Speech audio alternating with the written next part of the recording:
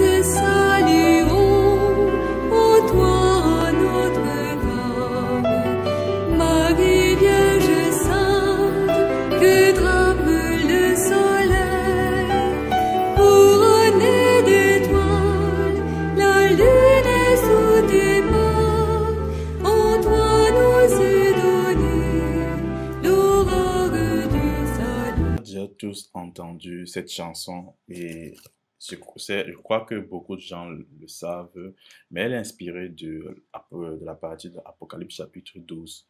Là, on parle de Marie, entre guillemets, la mère de Dieu et autres. Et si je te disais que cela était faux, que cette concession est totalement erronée, on se retrouve après le jingle.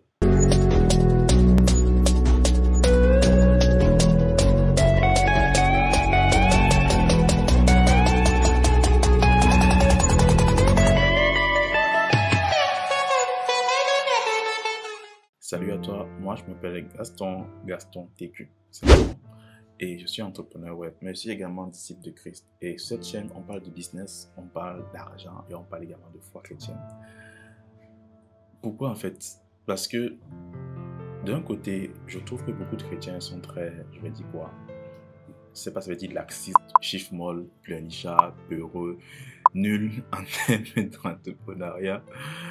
Et de l'autre côté, je trouve que beaucoup de non-chrétiens sont mal informés par rapport à la foi et à la foi chrétienne, à la personne de Jésus-Christ. C'est pour ça en fait que dans cette chaîne, j'ai envie d'un côté, pousser beaucoup plus de chrétiens, principalement les Africains, à se lancer dans l'univers du business. Et le meilleur moyen pour commencer le business avec zéro financement et zéro tout, c'est en commençant avec le business en ligne. C'est pourquoi dans la barre de description, je te laisse un guide qui t'apprendra les différents business que tu peux lancer depuis chez toi.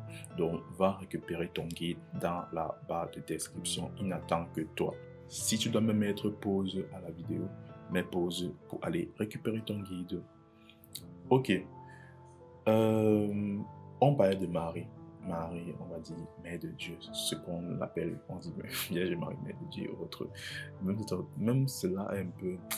Bref, c'est pas le thème de la vidéo. J'ai fait cette vidéo pour mettre ce point en valeur parce que dernièrement, en tant que chrétien, j'ai de l'habitude de pratiquer la méditation biblique, c'est-à-dire chaque matin, je prends le temps de lire un texte et de me poser des questions par rapport, afin de garder une bonne communion avec Dieu, avec Jésus, parce que les Chinois disent souvent, pour bien connaître quelqu'un, il faut déjà avoir mangé 1 kilo de sel avec lui. Donc pour bien connaître Dieu, il faut quotidiennement manger avec lui. Et le seul moyen de manger réellement avec lui, ce n'est pas par la prière, mais c'est par sa parole. Un moment, je vais revenir sur les deux là, dans une prochaine vidéo et autres.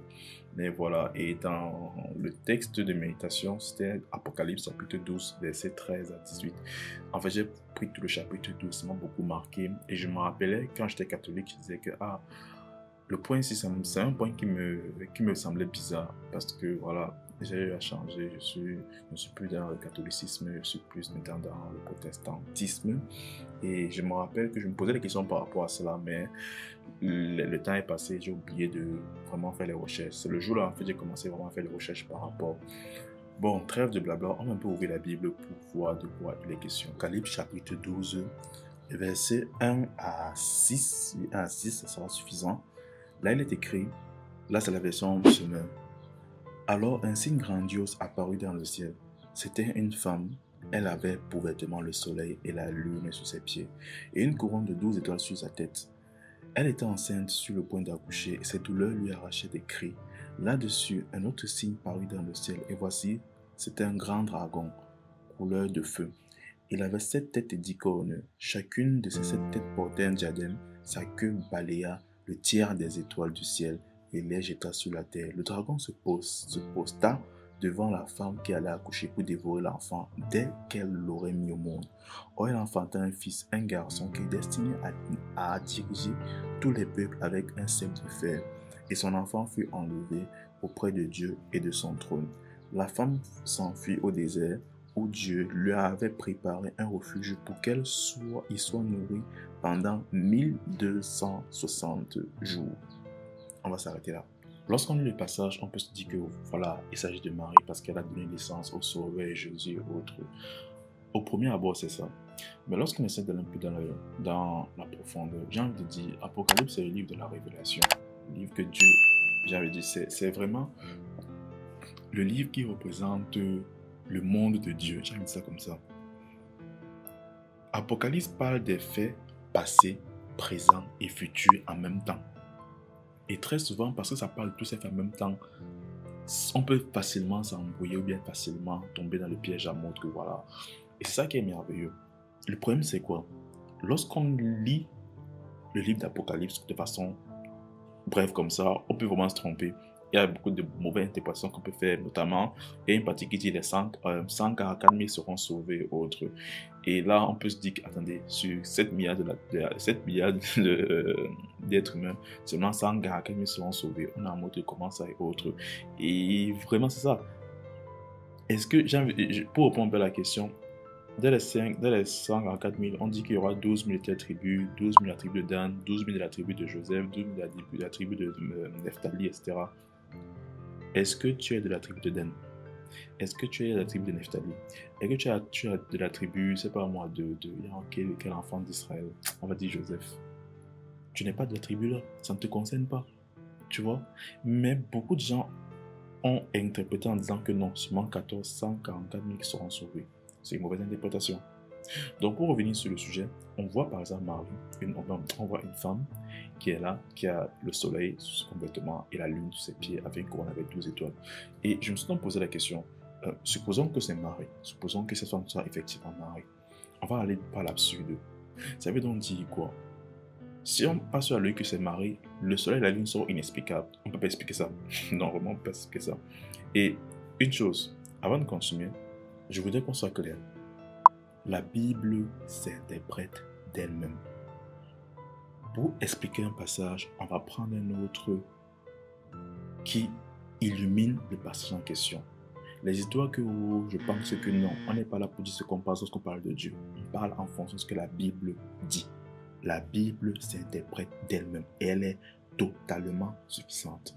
Ça veut donc dire quoi? Pour illuminer ce passage, pour comprendre ce passage, on va prendre des images dans les autres livres de la Bible. Est-ce qu'il y a dans la Bible, en supposant que tu es Marie, est-ce qu'il y a dans la Bible un passage où Marie a la lune sur ses pieds ou le soleil sur son vêtement? C'est assez compliqué, c'est pas facile à trouver. Et supposons qu'on continue dans la supposition que ce soit toujours Marie.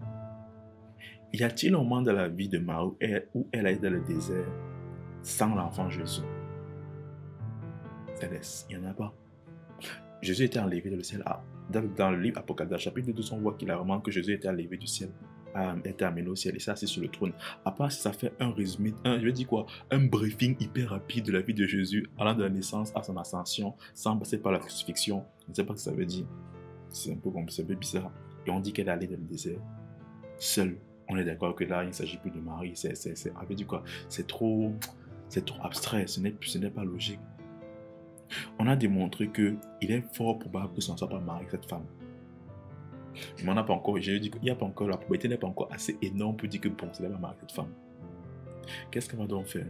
Quand on ne comprend pas quelque chose de la Bible, on cherche un autre passage qui illumine le passage en question. Ce qu'on va faire, c'est que, est-ce qu'il y a un passage de la Bible qui parle d'une femme, un soleil, une lune et des étoiles? Oui, non, on ne sait pas. J'ai cherché, il n'y avait pas. Est-ce qu'il y a un passage de la Bible qui parle d'un soleil, une lune? Il y en a. Et mieux, le passage parle du soleil, de la lune et des étoiles. On va aller dans le livre de Genèse. Genèse chapitre 37, versets 9 à 10. Là, il est écrit: il y eut encore un autre rêve qu'il raconta également à ses frères. Là, c'est Joseph, un des fils d'Israël qui parle. Voici, leur dit-il, j'ai encore fait un rêve. J'ai vu le soleil, la lune et 11 étoiles se prosterner devant moi. Quand il racontait ce rêve, son père et ses frères, à son père et ses frères, son père le réprimanda et lui dit: qu'as-tu rêvé là? T'imagines-tu que moi, ta mère et tes frères allons nous prosterner en terre devant toi? Là, dans ce passage, on peut voir qu'il y a un soleil, il y a une lune et il y a 11 étoiles qui se prosternent devant Joseph. Or, si on se rappelle bien, Jacob avait 12 enfants, avait 12 fils, autant pour moi. Il est plus enfant, il y avait les filles, mais il avait 12 fils. Et Joseph était l'un d'eux. Ça veut donc dire quoi? Joseph et ses 11 frères constituent les 12 étoiles. Le soleil constitue Jacob, à quoi appeler Israël. Et la lune constitue... Merde, j'ai encore oublié le nom de la femme de Joseph. La femme de... Je crois que c'était Rebecca. Je sais plus trop. En tout cas, je vais checker. Je vais mettre un truc pas de la vidéo pour dire que voilà, la femme de Jacob. Donc voilà. Et en fait, c'est ça. Comme je disais, la Bible s'interprète d'elle-même. Là, on a une interprétation. Ce qui signifie quoi? La femme avec les 11 étoiles représente le peuple de Dieu. Très souvent, dans l'Ancien Testament, Dieu fait référence à son peuple comme étant une épouse qui va venir prendre. Très souvent, c'est ça. Et c'est pour montrer encore je vais dire quoi, l'incroyable beauté de la Bible. On n'a pas besoin de trucs trop compliqués, non.